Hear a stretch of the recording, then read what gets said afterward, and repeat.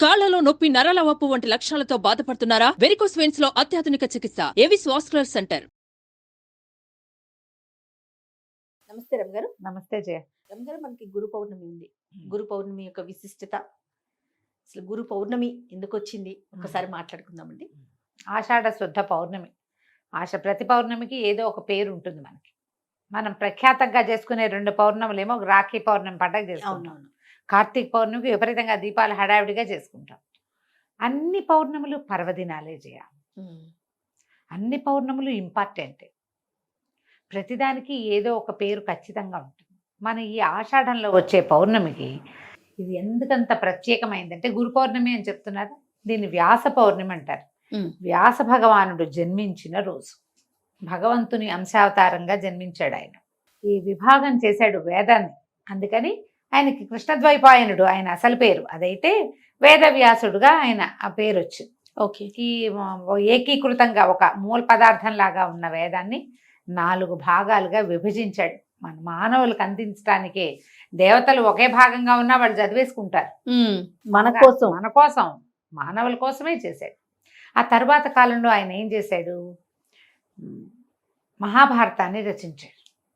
అష్టాదశ పురాణాలు రచించారు. ఇవాళ మనం చెప్పుకునే కథలు, కాకరకాయలు, ధర్మాలు, సూత్రాలు, జీవిత పాఠాలు సమస్తము మహాభారతం నుంచే వచ్చినాయి. మన భక్తికి మార్గమైన భాగవతము వ్యాసుల వారే మనకు అందించారు. అష్టాదశ పురాణాలు 18 రకాల పురాణాలు, అవి కాకుండా ఇంకా ఎన్నో ఉన్నాయట. వాటిలో నుంచి ఉప పురాణాలు ఎన్నో. అవన్నీ కూడా వ్యాస భగవానుడే మానవులకి అందించాడు. వ్యాసుడు మానవులకి గురువు. మనిషి అన్న ప్రతివాడికి గురువు అవసరమే. అంతేగా. ఒక్కొక్కసారి ప్రకృతి వాడికి గురువు అవుతుంది.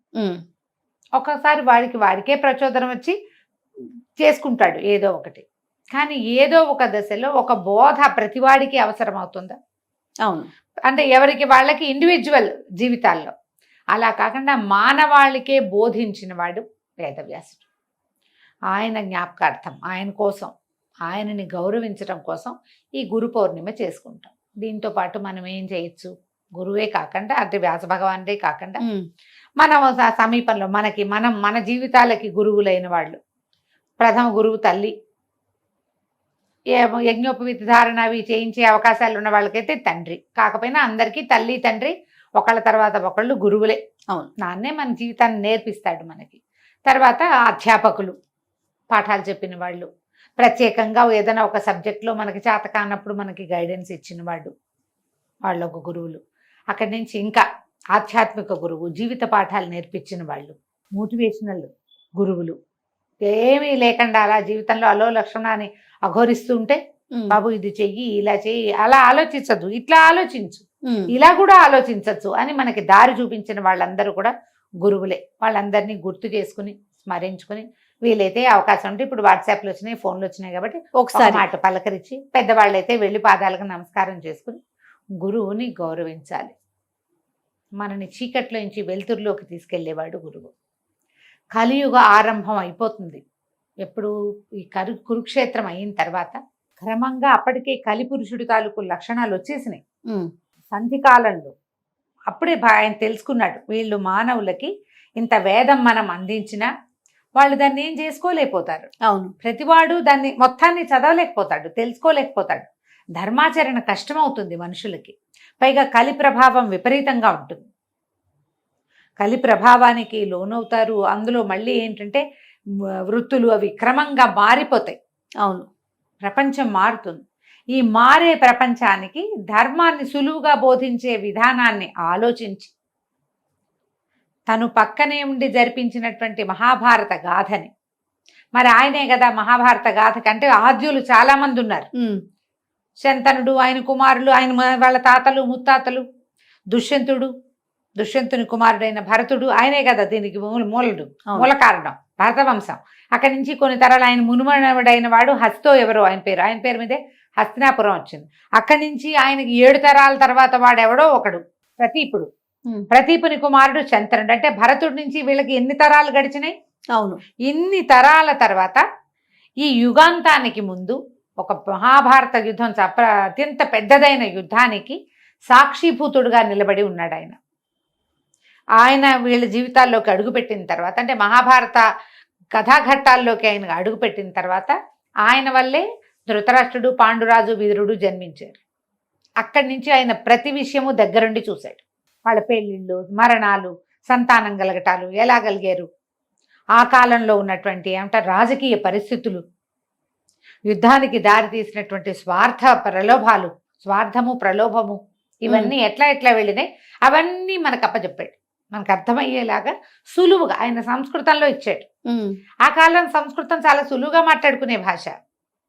క్రమంగా ఏమైంది మనకి, మన ఏ ప్రతి భాషలోనూ కవులు వచ్చారు, సంస్కృతం క్షుణ్ణంగా చదువుకుని ఆయన అందజేసిన మహాభారతాన్ని సులువుగా మన భాషలోకి అనువదించారు. సంస్కృతం చదివి కూడా మామూలు భాషలో, పామర భాషలో ఎంతమందికో అప్పచెప్పినటువంటి ఆ పౌరాణికులు ఎంతమంది.